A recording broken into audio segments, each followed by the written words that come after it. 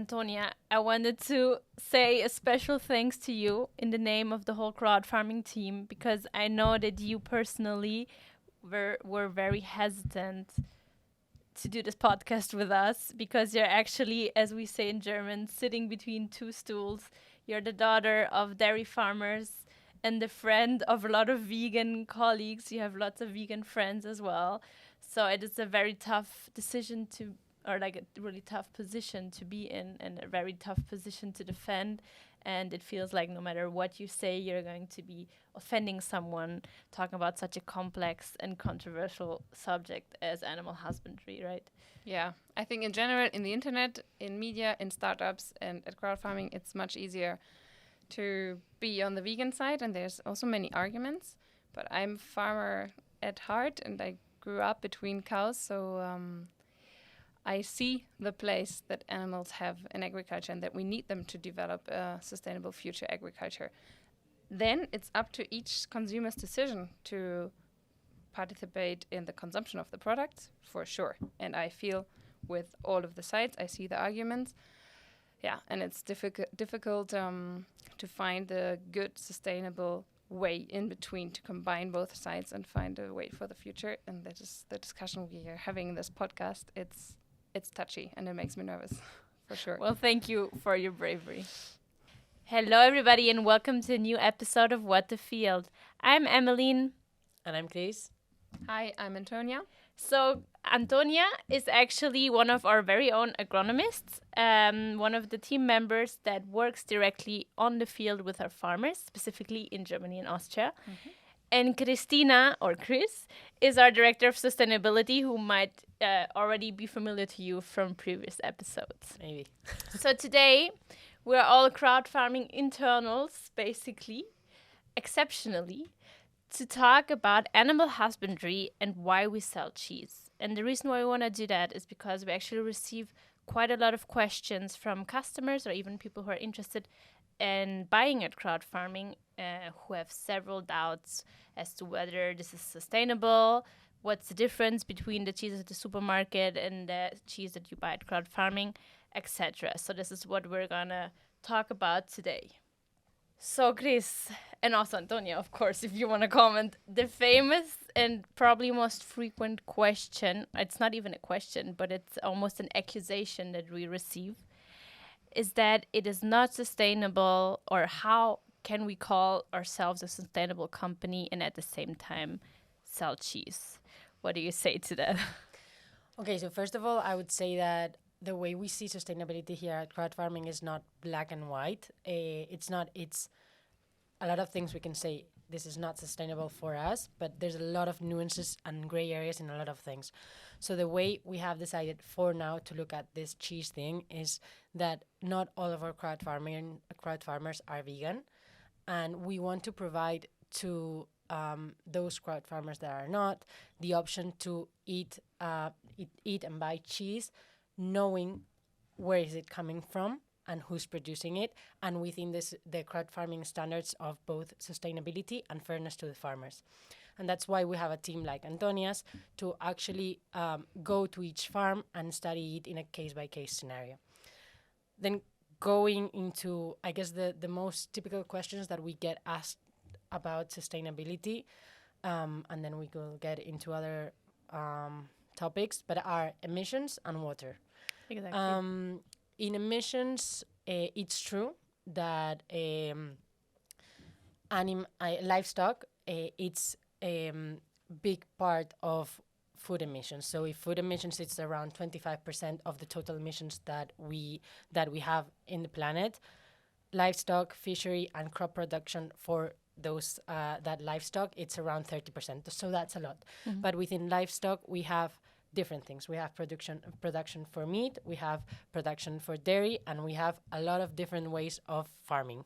Okay, so in emissions, what we can see is that dairy, for example, its emissions are way lower. They can go from 5 to 7 times lower than meat emissions. But this is tricky too, because many times these two industries are very mixed together. So we cannot make this really Separated strictly. Yeah, line between the both of them. In water is where we see cheese losing, okay? Because in the production of cheese, we use a lot of water, and probably Antonia knows much more about this.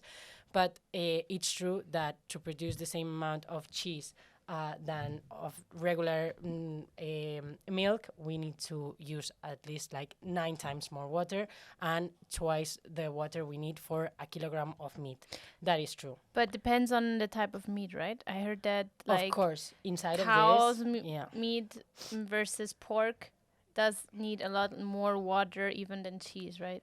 So it depends a lot, and these are all averages, but it is also like why we look at this in a case by case scenario is that because we don't have the same amount of water in each place, and the same water management it's not done in each farm. So this is why it's super useful that we have a strong team looking at case by case scenario, right?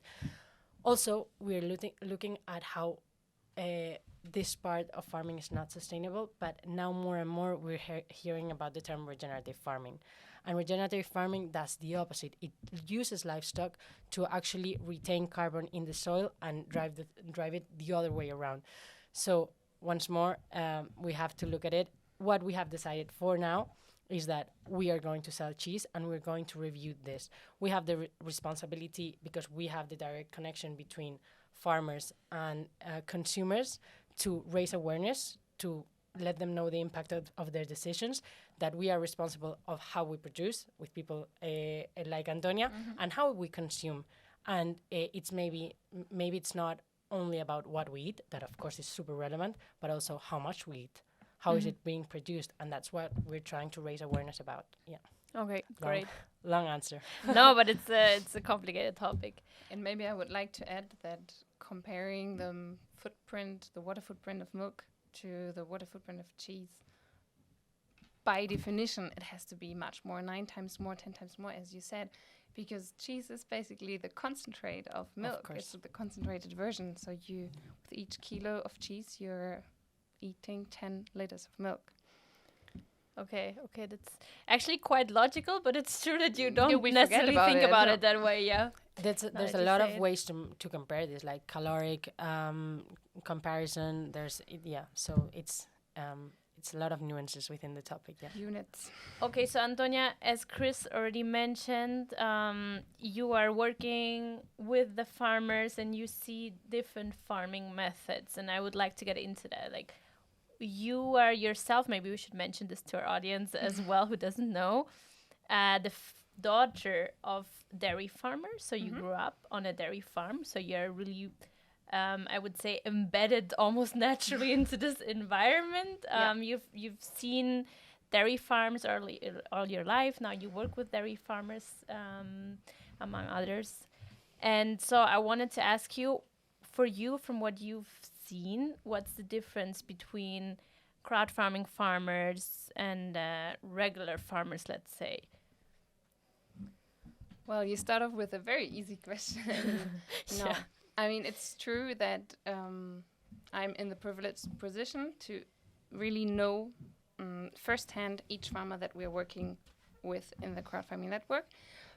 We have the condition for farmers to enter our network that they have to work according to organic standards, or they have to be in transition in the conversion process to the organic certificate. I think this is probably the first and most important feature that you can likely highlight.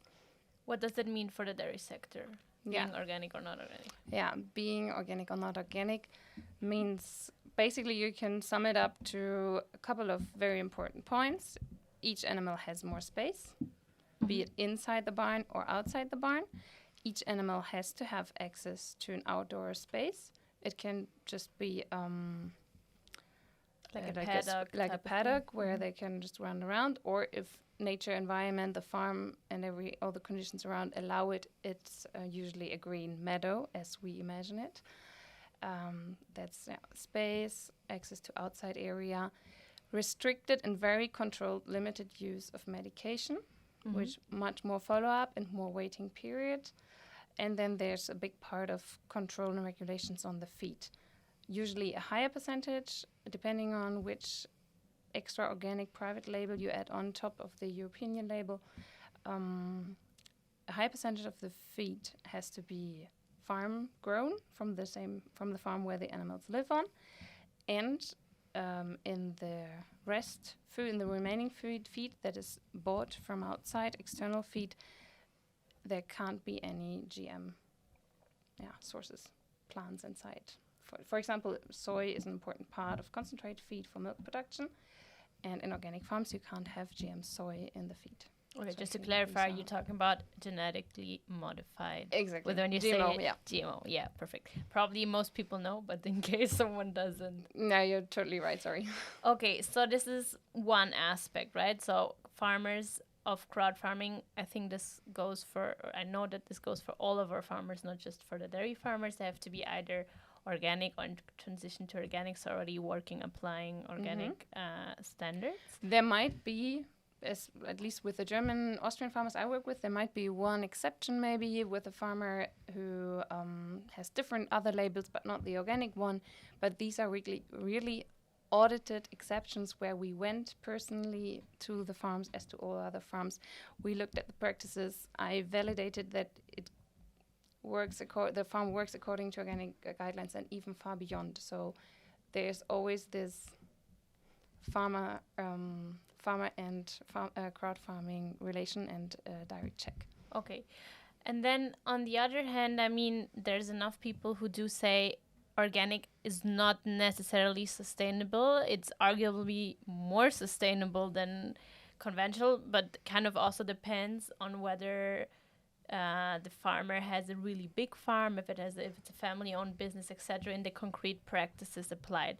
So from what you've seen, would you say that your farmers are more sustainable in the way they farm or in the way they do produce their cheese? Question to you first. Which aspects of sustainability you want me to talk about? Whatever comes to mind, actually, because as we know from Chris, I mean, sustainability can mean a lot of things, from water use and emissions, also to the land, the soil. That goes back to the question that I believe we've talked about in other podcasts, that it's a farmer can be super sustainable and have amazing practices and not have organic certified, and the other way around. You can have just comply with those measures and maybe just do them to comply, and that's it, and not be very sustainable. So the certification doesn't make, but it puts everyone under the same bar, and I think that's super important for a platform like ours, that it's about transparency, and it's not only the word and the visit of our farmer for agronomist team. It's also about a standard that people are beginning to recognize, and I think we should be pro that. Yeah, of course. I mean, let's take a step back. Why do you think, or why is there the opinion, anyways, that animal farming and animal husbandry, living off animal products, is not sustainable? Why is it? Because I think we went a step too far. If we look back into history, there's 12,000 years of history that the human evolved around and with animals and agriculture. So we really co-evolved, and personally, in my life, I co-evolved 30 years now with and around the animals. And I can tell you that the human body adapted to the animals, and the animals in some part adapted to the humans. Now there are many different views on this. I think it's difficult to question that our body is made to digest at least a small percentage also of animal originated feed. But you can argue that nowadays, where we have the options and we have a lot of knowledge, you can opt for a vegan diet. And that is usually the question that is behind all this criticism on cheese production, on meat production, on milk production. By our DNA, we are made to have a part of animal diet in our animal products in our diet. And if you decide that you want to give animal produce a part in your diet, probably you want to decide where should these products come from? Come How from. should they produce? I think that's a good point. And I have to say, I mean, obviously, as we can already see in our own company from our own consumers, not everyone wants to live without animal products, and probably depending on how you go about it, everyone has the right to decide what they eat and what they don't eat. And I think a point you were also trying to make, Chris, earlier was that we are not here to tell people what they can and cannot eat, and we're simply trying to offer a better alternative, right? Yes, that's true. If we were to believe, like, and we review some of our convictions every now and then, and some of them are more polemic than others. If we were to believe at some point that something we are offering in our webpage, I believe, is not aligned with our values, we would not offer it, maybe. But this is something we review. And at the moment, of course, we cannot tell people what to eat or not to eat, but we can offer what we believe is sustainable and fair in our standards. And at the moment, that's why we go case by case. We're not saying the whole dairy industry it's fair and it's sustainable, but we visit our farmers and we believe those ones and the ones we select comply with our standards, and that's why we're offering that. Yeah. Okay, thanks for clarifying that. I mean, I think a lot of the discussion, why it is even put into question whether consumption of dairy, consumption of meat, etc., is sustainable, is actually came a little bit with the advent of these macro farms, right? So basically, you could say they're almost meat or dairy factories, because you have, in a very industrial setting, a huge amount of animals living in, for me, abominable, really sad circumstances. I think we can all agree on that. Very, very inhumane conditions where they cannot move, not turn around. I mean, Antonia, probably you know even more details on this than I do. So I think it would be interesting to talk about, like, what is the deal with these macro farms, and what is actually the difference.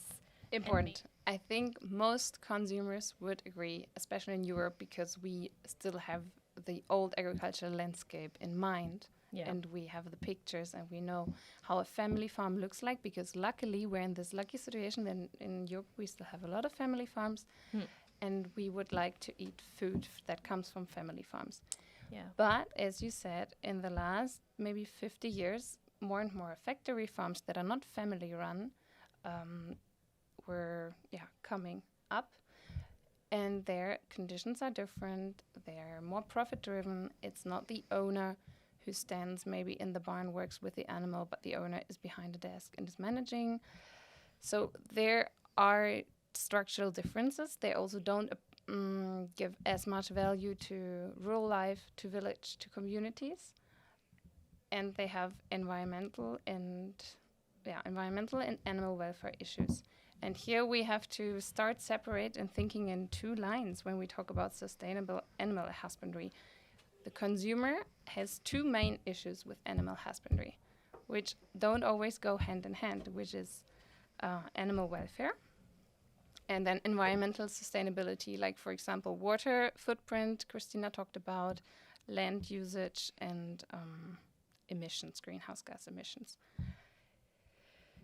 So which kind of animal husbandry is more sustainable if we have both environmental impact and animal welfare in mind? It's impossible sometimes to decide. You have really, a farmer is every day in the decision, sometimes torn between two ways of deciding, running the farm.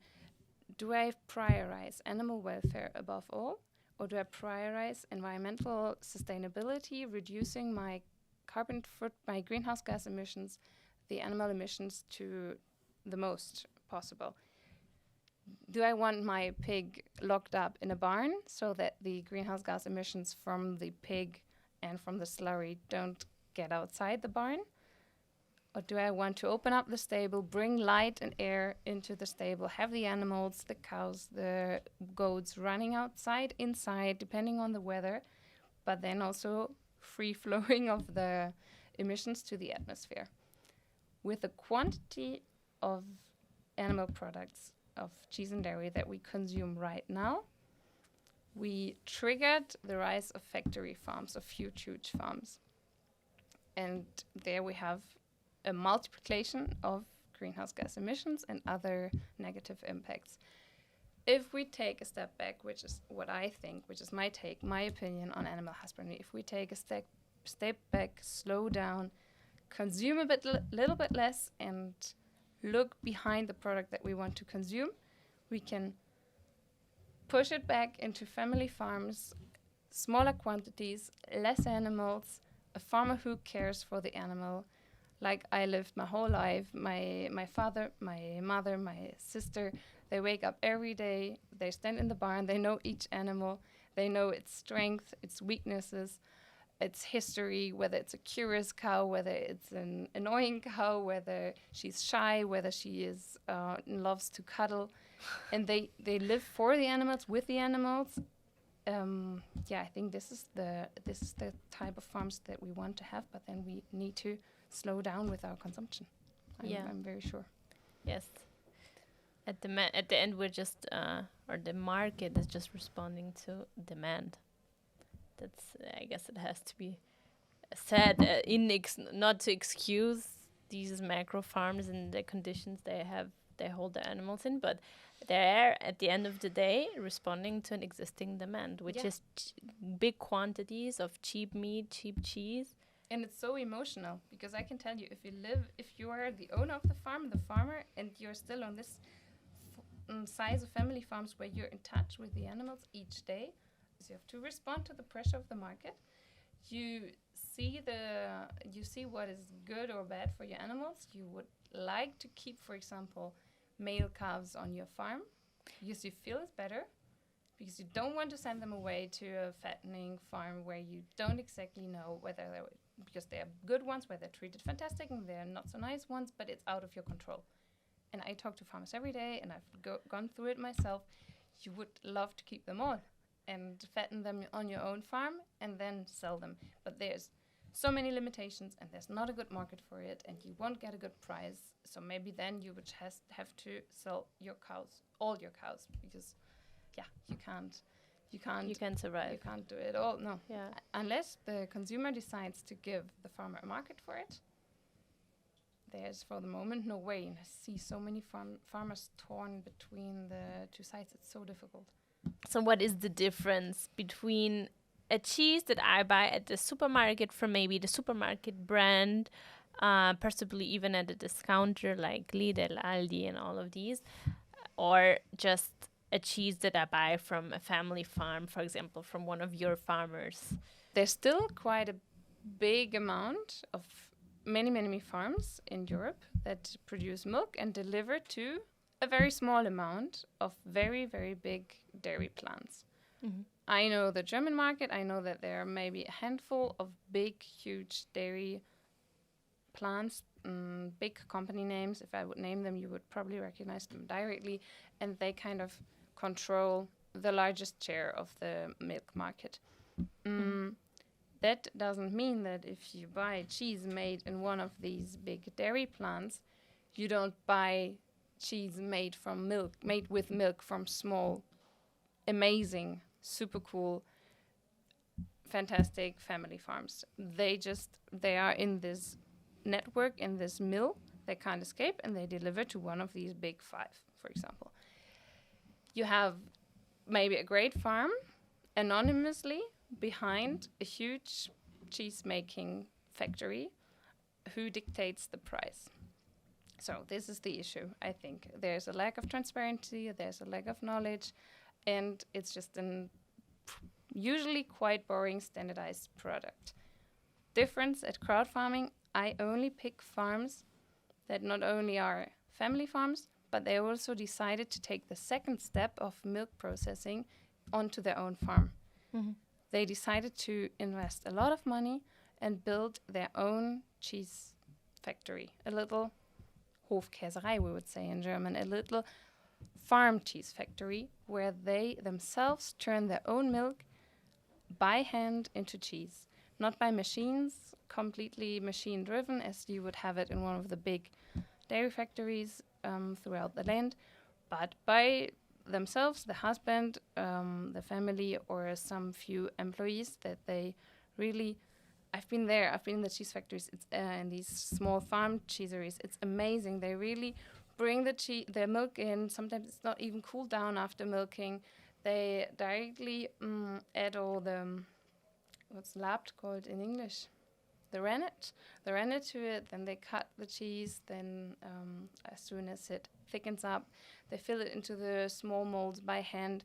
After 8 hours of dripping out the whey, they turn them around, they give it into the salt bath, and then comes at least 4, sometimes 6, sometimes a month of brushing by hand with salt or with culture, with cheese culture. It's an incredibly loving, caring, intense process of producing a unique piece of food. And I think this concept of turning milk into cheese at the farm, only with the milk of this farm, is what offers this wide variety of tastes, of flavors, of great cheese experiences, and that's why we have so many cheese lovers buying at CrowdFarming, because it's a much more unique product than mixing the milk of 3,000 farms in one big dairy factory and turning it each day into tons of the same standard cheese. Yeah, by using machinery more than loving hands. Exactly. It's still it's still a nutritious, and it's still a safe and probably okay product, but it's just not an experience. Not if you're a real cheese lover. So Chris and I are not dreaming of tasting this cheese right now. I talk to the farmers and they tell me, thanks to the direct sale, I was able to, for example, enable that the calves stay at least 2 weeks with a mother cow. For example, because I put an extra atop, like an extra bit on the price, my consumers are willing to pay more to pay for this knowledge that the calves stay 2 weeks with a mother cow, or other additions on the farm. But there's a limit to it. I was actually wanting to ask about this because this is probably also one of the more frequent questions we get is, or even attacks we receive, being like, okay, but your farmers are terrible because they separate the mother animal from its baby, right? Be it a cow, be it a goat, be it sheep. Usually, almost every dairy farmer for a very long time, this doesn't have to do with modern farming, not at all, at least in the areas I know in Austria and in Germany, they have been separating usually on day one directly after calving, just the giving birth of the cow. After calving, they separate the calf or the little goat or the sheep. The lamb, The lamb from the sheep. This makes totally sense. Like, you really have to know all farmers do things for a reason. They don't just make it up. They do it for a reason. And if you... there's an economic reason, and there's also an animal welfare reason. Because, first of all, if you leave the calf or the sheep with the lamb with the sheep, you will not get the milk. The little kid will get the milk as it's supposed by nature. If you then want to separate after a few days, because at some point you say, okay, I cannot run a farm, I cannot live off this if I just don't milk the animal anymore, you would lose the milk otherwise. You separate them later, and grief is much higher. They started to build up a real relationship. There's much more bonding. You separate them and they suffer. They really get sick of suffering. The alternative would be to wait at least 2 weeks. That is why I mentioned this example. And then you do a step-by-step separation. For example, during some hours of the day, you separate the calf from the mother cow, and then you bring them back over the night. That way, the calf starts getting some other feed or some other milk, but also keeps suckling maybe during the hours they are together. What does this mean? A lot of extra management, because the farmer has to look after each cow, match the right cow with the right calf, bring them back together, bring the cow to the milking shed. lots of management, and these are so many extra hours that have to be paid. Yeah, right. For sure. If you want to do it in a nice way and not causing even more suffering, it's very expensive and complicated. I know many of our farmers take the opportunity that you have at CrowdFarming, because we talk about this on the farmer pages. In What Adopt, in the section What Adopt, on each farmer page, a project page at CrowdFarming, for each farmer, you can read, what do we do with the offspring of the animals? What do we do with the male offspring? How do we work? If there's any information that you would like to have more info on, ask us, write us, and we can go more into detail. I think this is actually really important to spread knowledge or information, like foster this exchange, because especially people living in the cities probably have never set foot in a cow stall or even a farm in general, much less a dairy farm. And I think sometimes it's also very easy to judge someone if you're very far removed from that person's reality and you don't really know why they're doing what they do, and it's not necessarily them wanting to be cruel to their animals. As you mentioned earlier, they do have a bond and they do have a relationship with their animals, and they would maybe even wish, right, to do things differently, but this is simply their reality as far as I've understood. So maybe this is also something where it's okay, let's have some empathy and let's try to understand, to basically, as they say, walk into in their shoes before judging them, right? Yes, I think that what is beautiful about direct sales is that you get to know that food is not just like cheese is not just cheese. There's thousands of different ways to do this, and you learn how is it done and how this particular cheese is done. And when I know, I can decide, do I want to eat it or don't I want to eat it? But you can make informed decisions. The thing is that we have been treating for some time now food as a commodity, and we don't make differences amongst oranges or cheese or whatever. And then if you don't have all of that information, it is very difficult to decide, or as you say, it's super easy to judge. And I think that's what's beautiful about this, that people like Antonia's farmers can tell their story, and then people can decide. And it's not mandatory to eat it, of course. Eat cheese, yes. yeah, of course. So I do have another very specific question that stems from things I've seen on social media or even emails we've received. And it's that actually that organic farming supposedly is worse for the animals, because as you mentioned earlier, the use of medicine is restricted. So when the animal does get sick, farmers cannot treat it properly. For example, they cannot administer antibiotics, so the animal suffers more.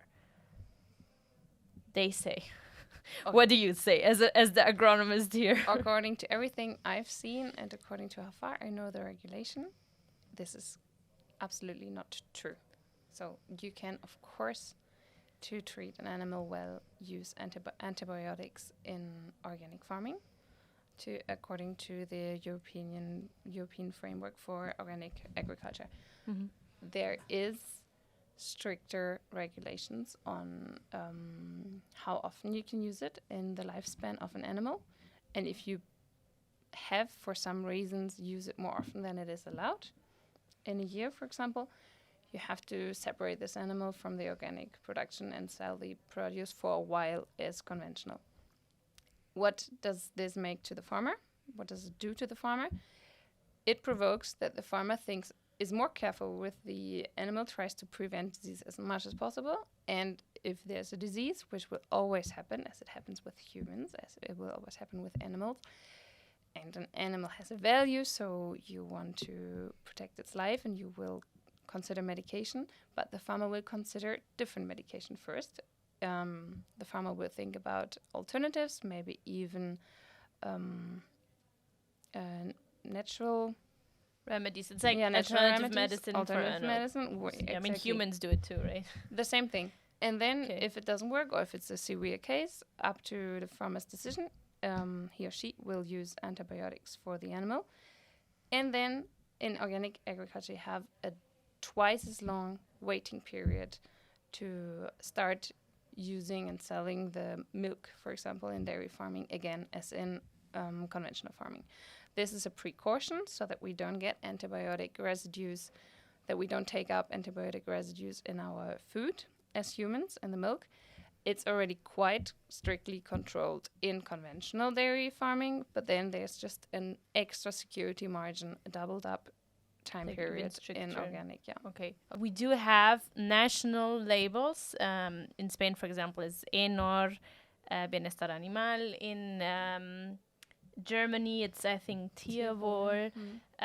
In Austria, you have labels like the Ammergütesiegel. So probably even, I'm guessing, in the UK, they have their own animal welfare label, some kind of seal on the package that at least leads us to believe that this animal has had a better life, or this is somehow a superior product. It's difficult to know when an animal is it's happier because Yeah. it's difficult to know with us humans, and it's where's the limit? Like, when do we exactly. pass? And from how happy does it need to be? And Yeah. we've seen in our area in sustainability, we've been looking at this, and it's super complex. And we've seen studies that say, for example, that animals are happier because they are with other peers close together. But if they're crowded, I don't think they're very happy. And maybe they're happier if they are wandering around the countries. And so And on their own, yeah. yes. So it's very complex. What I do believe of certifications is that you have someone going there and going through a list and having series of standards. And I think sometimes, as with organic, maybe it's not enough, but it's moving in one direction. So Better than and a nothing is what you're saying. Yes. But again, so for farmers, I guess it's difficult to have more and more standards to comply with so that you get a certain price. So I see both sides, and I don't have, this is what I've heard, I don't have one opinion, and I think it's a super complex topic that could lead us to even philosophical issues like Discussions, yeah. what is being happy? What is happening? Yeah, that's a good Yes. point. If we now have to deal as a farmer with new standards as the animal welfare, as the Tierwohl in Germany, consumers also need to, it's a step in the right direction, maybe, because it will push many farmers to do many changes on the farms. But on the other side, the consumer is pushing farmers very hard. And if we want to keep family farms, sometimes we need to push a little softer, I think. Farmers are kicked out of supermarket chains. Farmers are kicked out of the market if they don't adhere and comply to, for example, the Tierwohl, the animal welfare certification. The certification themselves, there are scientists and maybe agronomists sitting, making up these rules, and they change them way too often. They And it's update expensive them process, yeah. all the time. And especially family farms, if you just changed your stable, you did a big constructional work, you changed having at least per pig every 10 pigs you need a window in the stable, for example. And then 1 year later it says, no, you need Two Two windows. windows. Yeah. you open up the whole stable again, you invest again 20,000 euros, or you just say, I'm And too is the small pig for this. really happier because it shares a window with 9 other pigs? Every day, many farms, like several hundreds of farms, are closing in Europe, also because of this. And yeah. we're pushing towards factory farms, to big industrial farming. So before we end this podcast, I do have a few more questions. What happens with male animals that are born? Because there's lots of people that are vegetarians because they say, okay, I don't want an animal to die because I eat meat. But on the other hand, I mean, milk comes, at least we haven't managed any genetic modification to the contrary so far, but as of today, milk comes only from the female animal. So anytime a male animal is born to whatever type of animal that gives milk, a goat, a cow, sheep, it is usually what happens with we it. have to produce offspring, obviously. Yeah.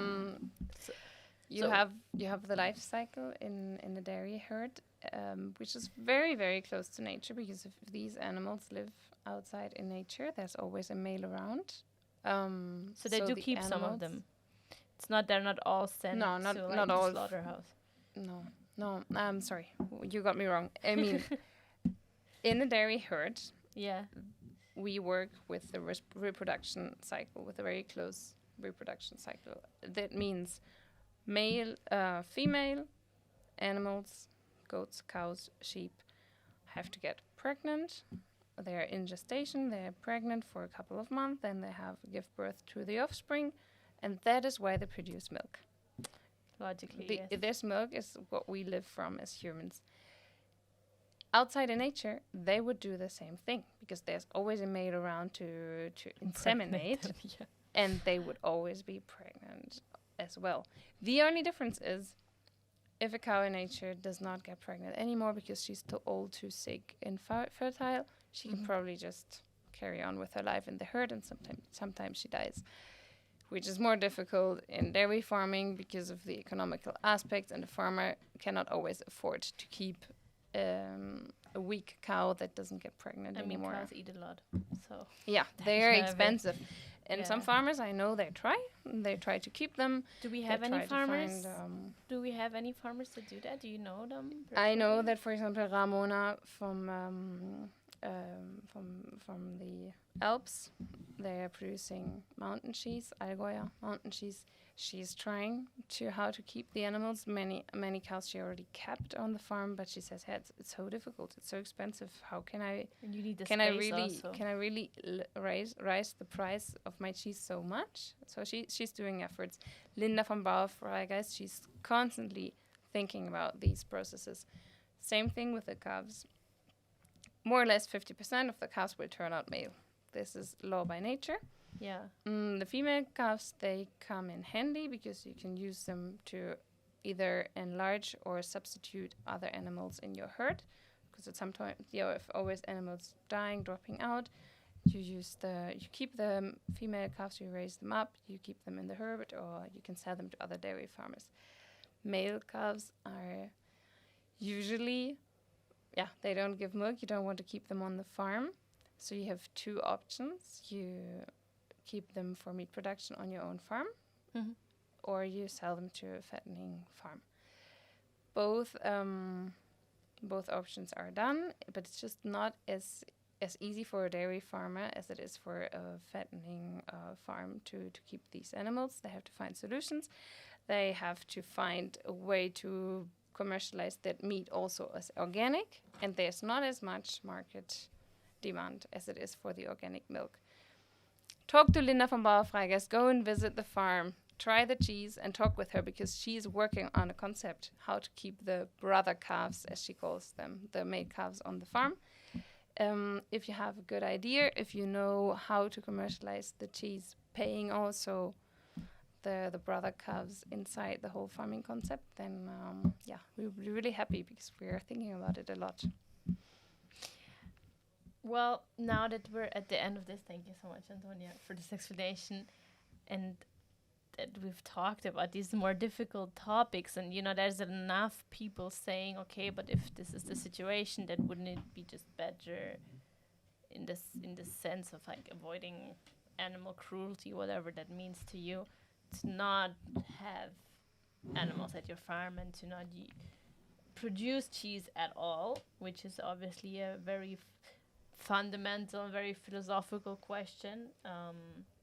Also keeping in mind all of the cultural aspects and the cultural role of cheese in the culinary traditions of a lot of countries, especially France, but I mean also Germany, also Spain. So it's kind of hard to imagine France without, it's like saying France without wine, right? In a sense. Yeah, Netherlands and the Netherlands, and exactly. Austria, So I think with many cheese nations. And Europe, no? then as you said, after all, animal husbandry is something that has been done for a large part of humanity since humans have become settlers, basically, right? So it's there is also land we cannot use without animals.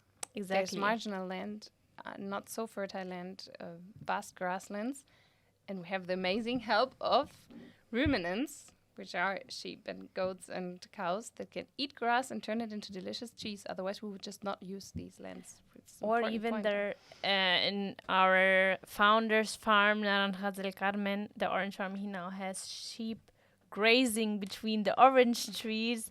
One, okay, to have natural lawnmowers, obviously, with reduced energy price. But on the other hand, sheep mowers. yeah. But on the other hand, as we already touched upon with Chris much earlier on in this podcast, also because it's essentially part of regenerative farming practices, and it can actually help revive the soil, and it's becoming really interesting, the part of integrating livestock. I think it's trying to mimic nature in that sense. It's designed, it's not just a lot of regenerative farmers and associations.